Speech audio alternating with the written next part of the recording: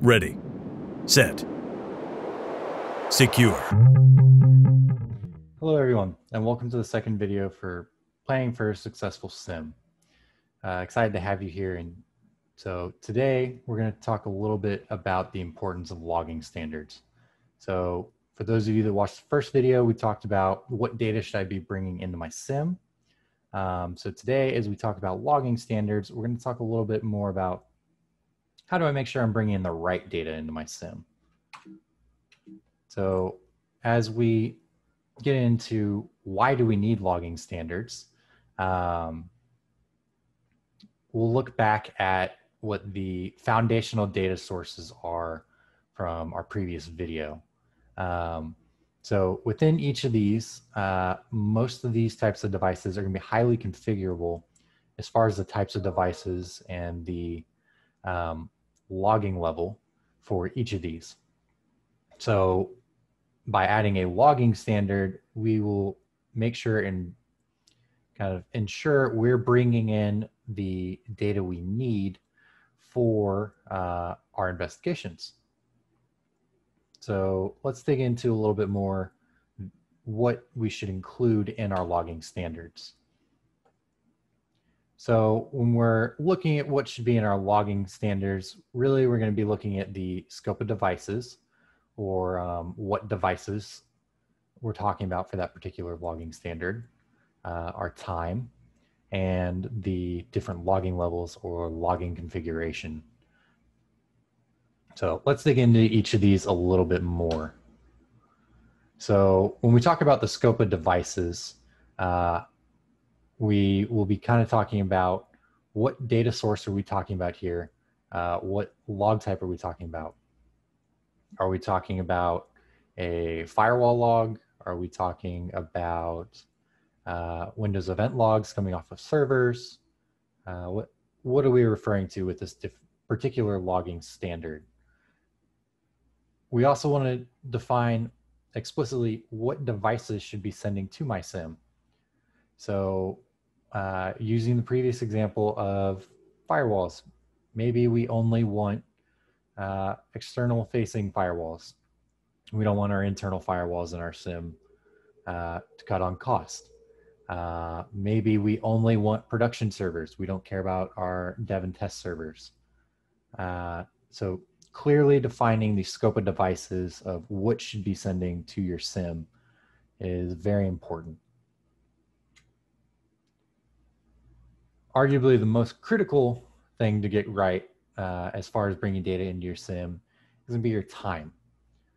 So typically during an investigation, you will create a timeline of events similar to something you may see on the right. So making sure that that time is accurate and reliable is going to be incredibly important. So we really want to make sure that all of our different data sources and devices creating these logs are synced with NTP, and that we know that the device time being reported is accurate and reliable, so that as we go through our investigations, we have a high degree of confidence that these times are correct. Another thing we really want to take into mind is consistent time zone settings. Many of you work in enterprises that span multiple time zones. So making sure when we're collecting logs that we have consistent time zone settings. So whether that be everything's going to be set to the local time where the device is, or maybe you're going to set everything to UTC or GMT, making sure you're consistent across the board of those different time zone settings, so that as you collect data in your SIEM, you know how to adjust and make sure you're reporting the correct time as you build out your timeline of events. When we look at logging levels, or in this case, a little bit more logging configurations, we're talking about what data do I want in my SIEM. So we're going to split this up into kind of two different types of definitions. So typically on servers and endpoints, you may be setting more explicitly what type of events do I want to see. So maybe for your Windows event logs, you're going to go in and say, I want to make sure I see my authentication events. I see my change events. Or you may even get down to the level of, I want explicitly these 10 event IDs. We also want to make sure we're not logging too much. As many of you know, different SIEM tools, many of them charge and license based on the amount of data you put in the system.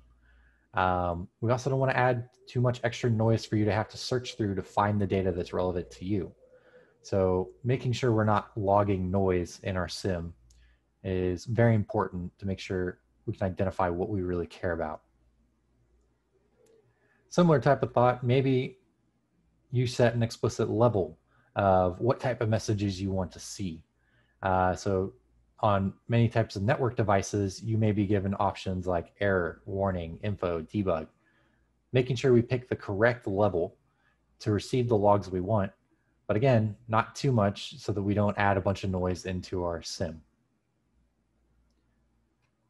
So now that we've dug into the components of what should be in our logging standards, we want to make sure we review that regularly.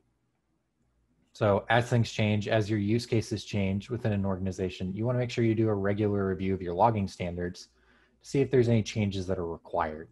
So we recommend doing this yearly, quarterly, yearly at a minimum, to really make sure that you're collecting the data that you need off of your different systems. We also want to add in some automated alerting for any devices that aren't complying or are sending data that we don't expect. We want to make sure we're getting the data we need for an investigation. So the worst time to find out that you're not getting the logs you need is while you're trying to do an investigation on a particular device.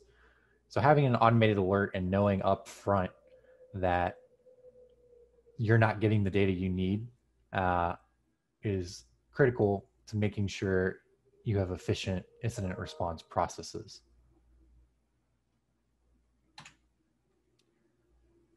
So thank you very much. Hope you guys enjoyed the video, and if you have any questions, please reach out to us. We're happy to help.